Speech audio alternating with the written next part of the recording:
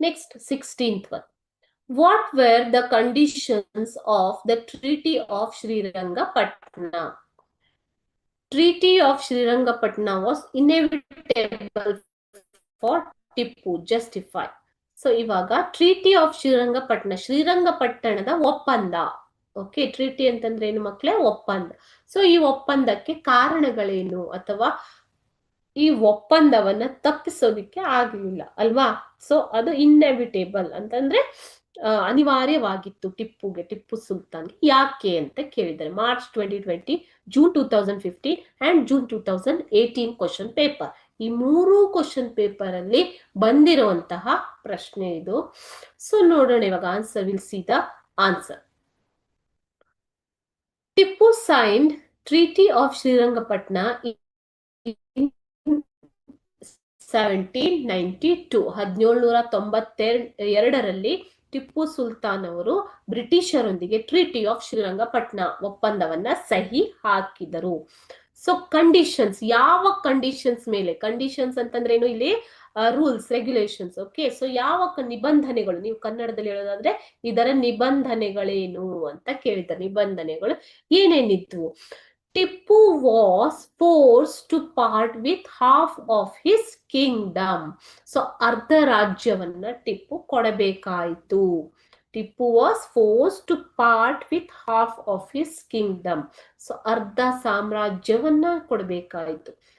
He was forced to pay 3 crore rupees as war damage. So ಯುದ್ಧ ಹೂಡಿದ್ದಕ್ಕಾಗಿ, ಯುದ್ಧದಲ್ಲಿ ಆದಂತಹ ನಷ್ಟವನ್ನ ಭರಿಸೋದಿಕ್ಕೆ, damage from war. So he had to pay the fine of 3 crore rupees. So ಆತ ಯುದ್ಧದ ನಷ್ಟವನ್ನ ಭರಿಸೋದಕ್ಕೋಸ್ಕರ 3 ಕೋಟಿ ರೂಪಾಯಿಗಳನ್ನ ಬ್ರಿಟಿಷರಿಗೆ ಕೊಡಬೇಕಾಯಿತು. He had to pledge 2 of his sons as guarantee against the payment. See here. So ಆತ ತನ್ನ ಇಬ್ಬರು ಮಕ್ಕಳನ್ನ ಒತ್ತೆಯಾಳಾಗಿ ಇಡಬೇಕಾಯ್ತು. ಯಾವುದಕ್ಕೆ? 3 ಕೋಟಿ ರೂಪಾಯಿ ಗ್ಯಾರಂಟಿಗೋಸ್ಕರ ಆತ ತನ್ನ ಇಬ್ಬರು ಮಕ್ಕಳನ್ನ ಒತ್ತೆಯಾಳಾಗಿ ಇಡಬೇಕಾಯ್ತು. ಪ್ಲೆಡ್ಜ್ ಅಂತಂದ್ರೇನು ಮಕ್ಕಳೇ? ಒತ್ತೆಯಾಳಾಗಿ ಇಡೋದು. Okay, next, he was also forced to release the prisoners of war.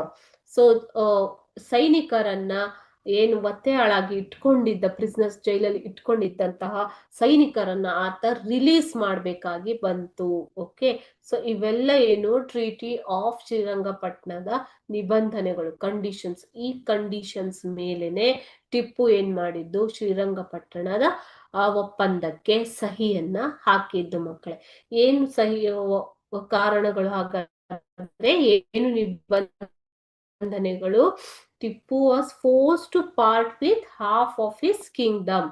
He was forced to pay 3 crore rupees as war damage. Third one, he had to pledge 2 of his sons as a guarantee against the payment. He was also forced to release the prisoners of the war. ಕೈದಿಗಳನ್ನ ಬಿಡುಗಡೆ ಮಾಡಬೇಕಾಯಿತು. Okay, so ಇವೆಲ್ಲ ಏನು? ಶ್ರೀರಂಗಪಟ್ಟಣ ಒಪ್ಪಂದದ ನಿಬಂಧನೆಗಳು. These are the conditions of treaty of Srirangapatna.